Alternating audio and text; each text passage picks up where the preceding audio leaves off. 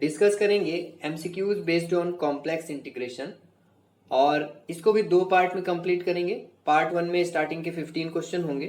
So start करते हैं। First question है अ रेक्टिफिएबल कर्व इज, कोई कर्व रेक्टिफिएबल कब होगा?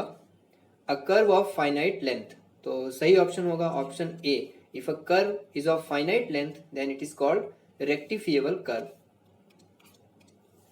Value of integral over c f of z dz, where f of z equals to y minus x minus 3x square I and c यहाँ पर है, c is the line segment from z equals to 0 to z equals to 1 plus I।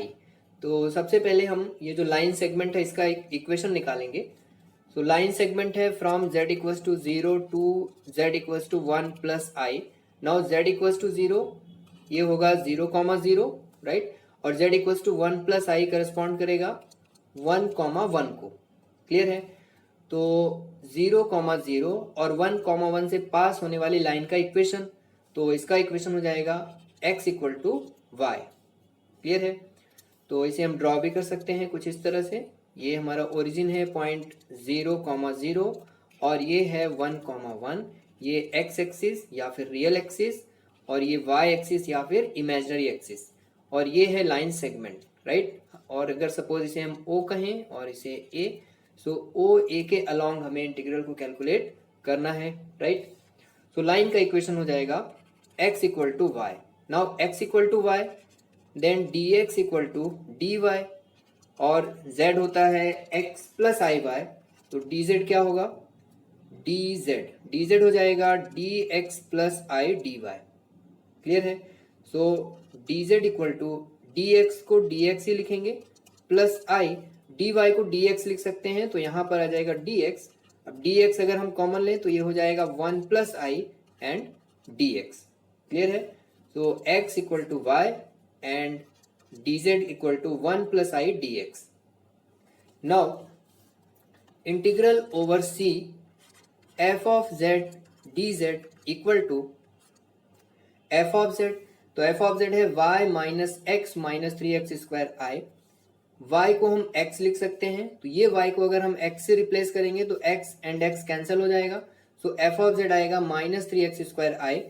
तो f of z को replace कर लेते हैं minus 3x square I and dz को हमें लिखना है 1 प्लस आई एंड dx। अब इस इंटीग्रेशन को हमें x के रिस्पेक्ट में सॉल्व करना है, तो लिमिट हम x के लिए देखेंगे। लिमिट कैसे चेक करेंगे? तो स्टार्टिंग पॉइंट हमारा O है, O का x कोऑर्डिनेट है 0, तो ये लोअर लिमिट हो जाएगा। और O से हमें A पॉइंट तक जाना है, तो A का x कोऑर्डिनेट है 1, तो अपर लिमिट हो जाएगा 1। तो हमें ये इंटीग्रल अभी कैलकुलेट करना है। सो 1 प्लस आई कॉन्स्टेंट है, आउटसाइड इंटीग्रल साइन लिखेंगे, और ये i भी कॉन्स्टेंट है, इसको भी आउटसाइड इंटीग्रल साइन लिखेंगे। Now integral over 0 to 1 minus 3x square and dx। So ये i को आप मल्टीप्लाई कर सकते हो, तो ये आ जाएगा i plus I square and minus 3x square, इसको इंटीग्रेट करेंगे तो ये हो जाएगा minus 3x cube upon 3। Limit हो जाएंगी 0 टू 1। नाउ 3 यहाँ पर cancel, so i as it is and i square is minus 1 and यहाँ पर x को 1 से रिप्लेस करेंगे, upper limit minus lower limit, पहले x को 1 से रिप्लेस करेंगे और ये 3 कैंसिल हो गया। सो ओवरऑल यहाँ पर आ जाएगा माइनस 1। नाउ माइनस 1 को मल्टीप्लाई करेंगे तो ये हो जाएगा माइनस आई प्लस 1। क्लियर है? तो इसे लिख सकते हैं 1 माइनस आई। तो करेक्ट ऑप्शन होगा option B.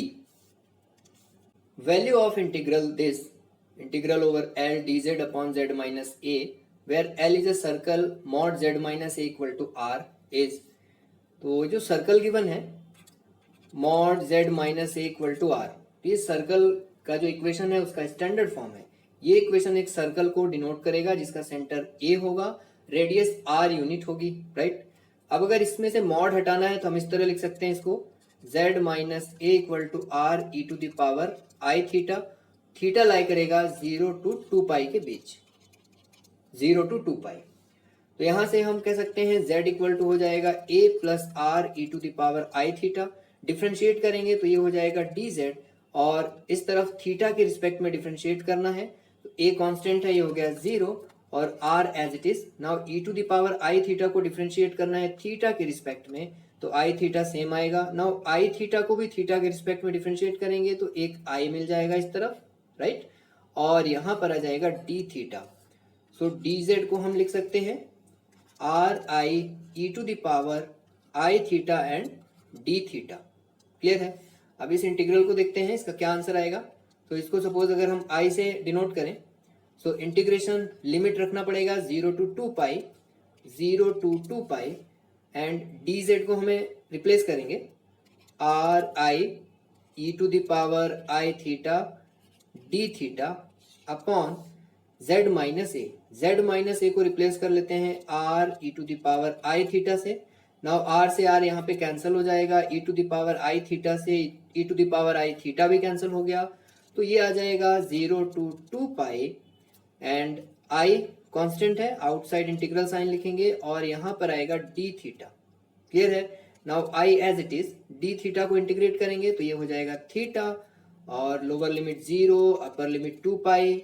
So i as it is, theta को 2 पाई से रिप्लेस करेंगे, upper limit minus lower limit, तो यहाँ पर आएगा 2 पाई। तो राइट आंसर होगा 2 पाई आई। सो ए भी नहीं है, बी भी सही नहीं है, सी भी नहीं, सो सही ऑप्शन हो जाएगा D, none of these. Correct answer आएगा 2 pi i. Next question, value of the integral over 0 to 1 z conjugate D Z along x equal to 1, right. तो ये इंटीग्रल को अगर हम i से डिनोट करें तो कुछ इस तरह हो जाएगा 0 to 1 z conjugate D Z. Now z है x प्लस आई वाई, तो z कॉन्जुगेट हो जाएगा x माइनस आई वाई और यहाँ से dz हो जाएगा dx plus i d y. जो पाथ है वो है x इक्वल टू 1, एक स्ट्रेट लाइन, तो dx क्या हो जाएगा, 1 का यहाँ 0 आएगा, तो dx हो जाएगा 0। तो यहाँ से हम कहेंगे dz, नाउ dx 0 हो गया तो ये आएगा i d y, right. Now integral over 0 to 1 z conjugate है x minus i y and dz है i d y. Clear. So 0 to 1 limit as it is है, x को रिप्लेस कर देंगे 1 से, तो ये हो जाएगा 1 minus i y i d y, right. Now ये i कांस्टेंट है तो इसको हम आउटसाइड इंटीग्रल साइन लिखेंगे एंड लिमिट्स होंगी 0 to 1, 1 minus i y and d y, right. So i as it is. Now 1 को अगर इंटीग्रेट करेंगे सो 1 का इंटीग्रल हो जाएगा y माइनस i और y को इंटीग्रेट करेंगे सो y स्क्वायर अपॉन 2 और लिमिट्स हैं 0 to 1। सो y को रिप्लेस करेंगे 1 से, अपर लिमिट रखेंगे i as it is, so 1 minus i by 2, i को मल्टीप्लाई करेंगे so i minus i square by 2। ये आई स्क्वायर माइनस 1 होगा तो माइनस माइनस प्लस हो जाएगा, तो फाइनल आंसर आ जाएगा इसका। फाइनल आंसर चलो यहाँ लिख लेते हैं, ये हो जाएगा i plus 1 by 2। So option A यहाँ पर करेक्ट होगा। If f of z is analytic function of z and if f dash of z is continuous at each point within and on a closed contour c then, तो ये statement है Cauchy's integral theorem का। Clear है। Condition आपको ध्यान रखना है, f of z is analytic function of z, right, within and on a closed contour c and f dash of z is continuous, right। तो अगर इस तरह की तीनों कंडीशन सेटिस्फाई होंगी तो ये इंटीग्रल हो जाएगा क्या, 0। सो करेक्ट ऑप्शन आएगा option B. Let f of z is analytic in simply connected domain D then integral over c f of z dz is, तो ये एक थ्योरम है, f of z अगर एनालिटिक है सिंपली कनेक्टेड डोमेन D में then integral over c f of z dz ये क्या हो जाएगा, independent of path in D। तो ये कंडीशंस आपको ध्यान रखना है, f of z एनालिटिक होना चाहिए in a simply connected domain D, then ये जो इंटीग्रल है ये इंडिपेंडेंट ऑफ पाथ होगा। अगर सपोज ये हमारा एक सिंपली कनेक्टेड डोमेन D है, इसमें हम अगर 2 पॉइंट लेते हैं, सपोज ये A हो गया, ये B हो गया, और A से B के लिए हमने एक पाथ लिया, ये पाथ आउटसाइड नहीं जाना चाहिए, अंदर ही रहेगा, तो इस तरह से ड्रॉ कर लेते हैं। एक पाथ ये हो गया C1 और दूसरा पाथ हो गया ये C2, राइट।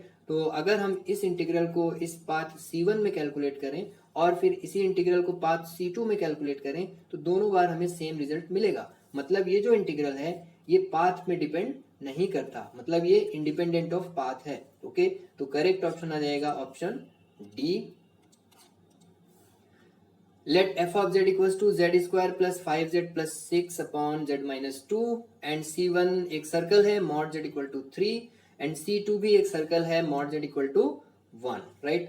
तो mod z equal to 3 का मतलब क्या, कौन सा सर्कल होगा ये, mod z equal to 3, तो ये इस तरह का सर्कल हो जाएगा। इसका सेंटर हो जाएगा ओरिजिन, रेडियस हो जाएगा 3 यूनिट, तो ये पॉइंट होगा 3,0। ये हो गया हमारा एक्स एक्सिस रियल एक्सिस, ये y axis imaginary axis, clear है। तो ये हमारा सर्कल हो जाएगा C1। ऐसे हम C2 को भी ड्रॉ कर सकते हैं। C2 क्या होगा, x axis Y axis, C2 है mod z इक्वल टू 1, तो इसका सेंटर होगा ओरिजिन, रेडियस होगी 1 यूनिट इस तरह से, और ये पॉइंट हो जाएगा 1,0। दोनों सर्कल को हमने ड्रॉ कर लिया, राइट। अब हमें कैलकुलेट करना है integral over C1 f of z dz and integral over C2 f of z dz। अब हमें चेक करना है f ऑफ z किन पॉइंट्स पर एनालिटिक नहीं है, तो उसके लिए कैसे चेक करेंगे, डिनोमिनेटर को 0 से इक्वेट करो, तो z माइनस 2 को 0 से इक्वेट करेंगे तो आएगा z इक्वल टू 2। तो आप बोलोगे सर z इक्वल टू 2 पर f ऑफ z एनालिटिक नहीं है, क्लियर है, z इक्वल टू 2 पर f ऑफ z एनालिटिक नहीं है। अब हमें देखना है z इक्वल टू 2 सर्कल के इनसाइड आ रहा है या फिर आउटसाइड आ रहा है, ये C1 है और ये C2 है। पहले C1 चेक करें, तो z इक्वल टू 2 सर्कल के इनसाइड आएगा, क्योंकि यहाँ पर 3 है तो यहाँ कहीं 2 आएगा, राइट। तो z equal to 2 circle C1 के इनसाइड आएगा, तो इसका मतलब ये हो गया z इक्वल टू 2 पर f ऑफ z एनालिटिक नहीं है। इसका मतलब इस C1 के अंदर किसी पॉइंट पर f ऑफ z एनालिटिक नहीं है, तो हम कह सकते हैं f of z is not analytic with in C1। तो यहाँ पर फिर कॉशीज इंटीग्रल थ्योरम यूज नहीं होगी, मतलब integral over C1 f of z dz इसकी वैल्यू 0 के इक्वल नहीं होगी, राइट। अब यहाँ सेकेंड केस में देखें तो z इक्वल टू 2 आउटसाइड लाई करेगा, क्योंकि ये डिस्टेंस 1 यूनिट है, तो 2 यहाँ कहीं लाई करेगा, राइट। तो इस C2 के अंदर जो f ऑफ z है वो एनालिटिक होगा, राइट, क्योंकि f ऑफ z 2 पर एनालिटिक नहीं है और 2 तो बाहर आ रहा है, राइट। तो इसका मतलब इस C1 के अंदर f ऑफ z एनालिटिक है, तो यहाँ पर हम कॉशीज इंटीग्रल थ्योरम यूज कर सकते हैं। तो इसका मतलब होगा integral over C2 f of z dz is equal to 0।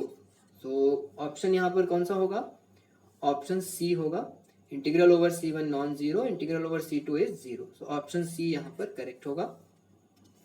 If f of z is analytic in a simply connected domain D and let C be a simple closed curve in D oriented anti-clockwise, then for any point A within C, तो ये formula है Cauchy's integral formula, right. और ये क्या होगा 1/2πi integral over C f of z upon z minus a dz, इसे हम लिख सकते हैं f ऑफ a। इस तरह भी लिख सकते हैं integral over C f of z upon z minus a equal to 2πi f of a, right. यहाँ पर z माइनस a की पावर में सिर्फ 1 है, पावर में अगर 2 हो 3 हो 4 हो तो उसके लिए फॉर्मूला डिफरेंट हो जाएगा, वो नेक्स्ट क्वेश्चन में डिस्कस कर लेंगे। बट अभी आपको ध्यान रखना है integral over f of z upon z minus a dz, ये हो जाएगा 2πi f ऑफ a। तो ये है कॉशीज इंटीग्रल फॉर्मूला, क्लियर है। तो यहाँ पर करेक्ट ऑप्शन आ जाएगा ऑप्शन डी।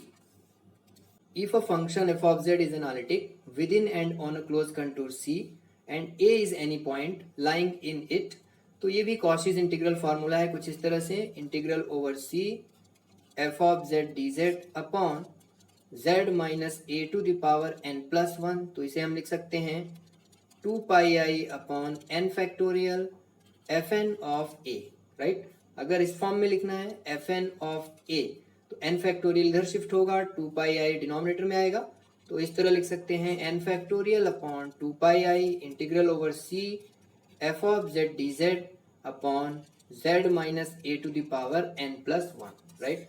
तो करेक्ट ऑप्शन आएगा option A. Value of integral over C z dz upon this where C is the circle mod z equal to 2 describe in positive sense is, पहले circle draw करेंगे, कुछ इस तरह से circle हो जाएगा, रियल एक्सिस, इमेजिनरी एक्सिस, और ये हमारा सर्कल हो गया जिसका सेंटर है ओरिजिन, रेडियस है 2 यूनिट, तो ये पॉइंट हो जाएगा 2,0, और ये पॉइंट क्या होगा, तो ये हो जाएगा 0,-2i, राइट, ये इमेजिनरी एक्सिस है, और ये पॉइंट हो जाएगा -2,0, इस तरह से ये पॉइंट भी लिख सकते हैं, ये पॉइंट क्या हो जाएगा 0,2i, और ये है ओरिजिन। नेक्स्ट स्टेप होगा, यहाँ से हमें एफ ऑफ जेड चेक करना है कि एफ ऑफ जेड क्या होगा, क्योंकि अगर हम कॉशिस इंटीग्रल फार्मूला या फिर कॉशिस इंटीग्रल थ्योरम यूज करना चाहते हैं तो एफ ऑफ जेड हमें चेक करना पड़ेगा, राइट। तो एफ ऑफ जेड चेक करने के लिए डिनोमिनेटर को 0 से इक्वेट करना है, सो 9 माइनस जेड स्क्वायर को हम 0 से इक्वेट करेंगे तो z इक्वल टू आएगा 3 एंड -3, राइट। और अगर हम z प्लस आई को 0 से इक्वेट करें तो यहाँ पर z इक्वल्स टू आएगा -i। Now z equals to 3 and -3, circle के आउटसाइड लाई करेंगे क्योंकि यहाँ तक का जो डिस्टेंस है वो 2 यूनिट है, तो 3 इसके बाद आएगा, ऐसे यहाँ तक -2 है तो -3 इधर कहीं आएगा, तो z इक्वल्स टू 3 -3 सर्कल के आउटसाइड आएगा, और z equals to -i circle के इनसाइड आएगा, ये पॉइंट है -2i, तो यहाँ कहीं होगा -i, क्लियर है।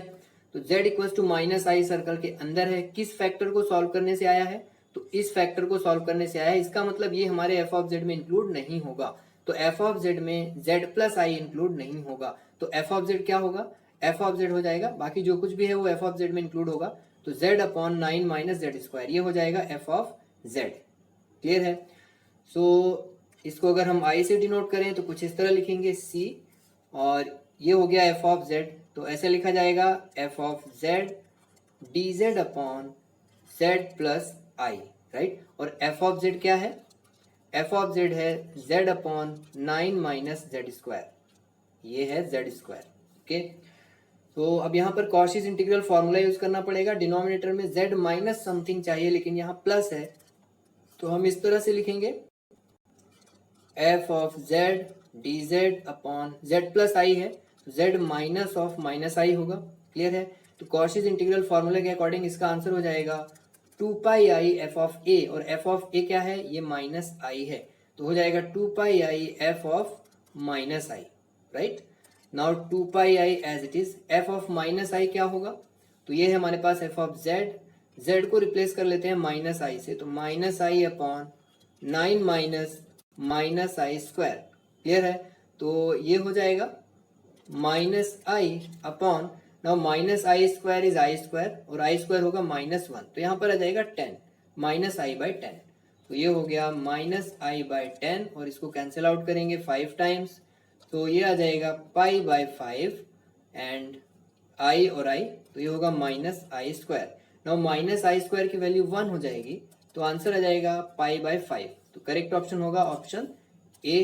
Value of integral over c dz upon z plus pi I, where c is a circle mod z plus 3i equal to 1 is oriented anti-clockwise। Again यहाँ पर सेम प्रोसेस है just like the previous question, पहले हम इस circle को draw करेंगे, तो हमारे पास सर्कल है mod z plus 3i equal to 1, इसको कंपेयर करेंगे z minus a equal to r से, तो यहाँ पर a इक्वल टू आएगा -3i और रेडियस आएगा 1 यूनिट, तो इसका सेंटर होगा -3i। तो इस तरह से अगर हम इसे ड्रॉ करें, ये x axis, y axis, imaginary axis, ये अगर ओरिजिन है तो यहाँ पर आएगा -i, और ये हो जाएगा -2i, -3i, एंड यहाँ पर आएगा -4i एटसेट्रा। तो हमारा जो सर्कल है उसका सेंटर है -3i, तो ये सेंटर हो गया, और रेडियस 1 यूनिट है, तो 1 यूनिट ऊपर 1 यूनिट नीचे, तो कुछ इस तरह से ये सर्कल बन जाएगा, कुछ ऐसे बनेगा। तो ये हमारा सर्कल है C। सेकेंड स्टेप क्या है, आपको f ऑफ z फाइंड करना है, तो उसके लिए डिनोमिनेटर को 0 से इक्वेट करो, दो फैक्टर है, एक तो आएगा z इक्वल टू 0, दूसरा आ जाएगा z plus pi i equal to 0, तो इसको सॉल्व करेंगे तो z इक्वल टू -पाई आएगा, और पाई की वैल्यू होती है 3.14 अप्रॉक्सीमेट, तो ये हो जाएगा -3.14i। अब देखो z इक्वल्स टू -3.14i इस सर्कल के अंदर लाई करेगा या बाहर करेगा, ओके। तो यहाँ पर 3 है, -3i है, और 3.14, तो 3.14 यहाँ कहीं आ सकता है, राइट। तो -3.14i इस सर्कल के अंदर लाई करेगा, राइट। इसका मतलब किस फैक्टर को सॉल्व करने से आया है, ये z प्लस पाई आई को तो इसका मतलब z प्लस पाई आई हमारे एफ ऑफ जेड में इंक्लूड नहीं होगा। तो एफ ऑफ जेड में इंक्लूड क्या होगा, ये z होगा डिनोमिनेटर वाला, तो ओवरऑल 1/z होगा, राइट। तो यहाँ से हम कहेंगे जो एफ ऑफ जेड है वो हो जाएगा 1/z, राइट। अब इसे अगर हम i से डिनोट करें सो इंटीग्रल, और ये हो जाएगा F of Z D Z upon denominator है z plus pi i, right. अब हमें कॉशीज इंटीग्रल फार्मूला यूज करना है। So F of Z D Z upon Z plus pi i है, तो इसे हम लिखेंगे z minus of pi i, right, क्योंकि जो हमारा स्टैंडर्ड फॉर्मूला है वहां पर z माइनस ए है। नाउ इसकी वैल्यू क्या हो जाएगी, तो इसकी वैल्यू होगी 2 पाई आई एफ ऑफ ए, और ए है minus pi i, so F of minus pi i, right. So 2 pi i as it is, और f of minus pi i, तो हमारे पास एफ ऑफ जेड ये है, जेड को अगर हम रिप्लेस करेंगे माइनस पाई आई से, तो ये हो जाएगा 1 अपॉन माइनस पाई आई। सो इसकी वैल्यू रिप्लेस करेंगे 1 अपॉन माइनस पाई आई, सो पाई भी कैंसिल हो जाएगा और आई भी कैंसिल होगा, आंसर आएगा -2। So option B is correct. Next question, value of integral this where C is the circle mod z equal to pi in anticlockwise direction. तो ये भी सेम क्वेश्चन है। तो सबसे पहले हमें सर्कल चेक करना पड़ेगा, mod z equal to pi, right. तो ये x एक्सिस, ये y axis, mod z equal to pi sorry, mod z equal to pi. So यहाँ पर ये ओरिजिन है, इसका सेंटर हो जाएगा ओरिजिन, रेडियस पाई यूनिट है, पाई मतलब 3.14। तो सपोज ये हमारा सर्कल हो गया, इसे हम कहेंगे C, राइट। दूसरा स्टेप क्या है, और ये पॉइंट हो जाएगा 3.14, एटसेट्रा। इस तरफ आ जाएगा -3.14, क्लियर है। अब हमें एफ ऑफ जेड चेक करना है, उसके लिए डिनोमिनेटर को 0 से इक्वेट करेंगे। So z -4, z -5 and z -6 equal to 0। तो इसको सॉल्व करेंगे तो क्या आएगा, 4 5 6 आएगा। अब ये 4 5 6 इस सर्कल के आउटसाइड लाई करेंगे, क्योंकि यहाँ पर है 3.14, तो 4 यहाँ कहीं आएगा, फिर 5 फिर 6, तो तीनों ही पॉइंट सर्कल के आउटसाइड लाई करेंगे।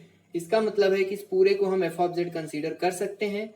तो ये आ जाएगा F of Z and D Z, right.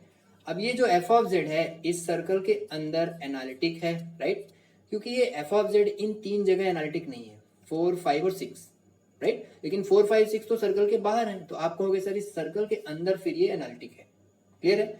तो हमारा एफ ऑफ जेड इस सर्कल के अंदर और सर्कल की बाउंड्री पर भी एनालिटिक है। तो यहाँ पर हम यूज करेंगे कॉशीज इंटीग्रल थ्योरम, राइट। तो एफ ऑफ जेड अगर इस सी के अंदर एनालिटिक है तो इसकी वैल्यू आएगी 0। करेक्ट ऑप्शन आएगा ऑप्शन ए।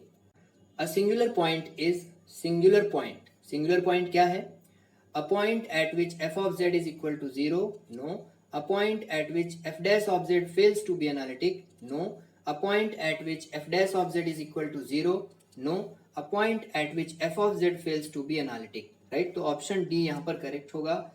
जिन पॉइंट्स पर f of z एनालिटिक नहीं होता उन्हीं पॉइंट्स को हम कहते हैं सिंगुलर पॉइंट, राइट। और एक टर्म और है, zeros of f of z। तो ये क्या होगा, तो जिन पॉइंट्स के लिए f of z की वैल्यू 0 है उन्हें हम कहेंगे zeros of f of z, right. और जिन पॉइंट्स पर एफ ऑफ जेड एनालिटिक नहीं है उन्हें कहेंगे सिंगुलर पॉइंट, राइट। तो ये ध्यान रखना है, पर से क्वेश्चन आ सकता है। Question number 14, a singularity which is not a pole, branch point और रिमूवेबल सिंगुलैरिटी इज कॉल्ड। तो वो सिंगुलैरिटी जो पोल नहीं है, ब्रांच पॉइंट नहीं है, रिमूवेबल सिंगुलैरिटी नहीं है, उसे हम क्या कहेंगे, तो उसे हम कहेंगे इसेंशियल सिंगुलैरिटी, राइट। तो इस लेक्चर को भी यहीं पर कंप्लीट करेंगे। आगे के क्वेश्चन इसके पार्ट 2 में डिस्कस करेंगे। इसका पार्ट 2 में जितना जल्दी हो सकता है अपलोड करने की कोशिश करूँगा, मे बी 1 से 2 घंटे लग सकते हैं। All right, so will continue in the next lecture.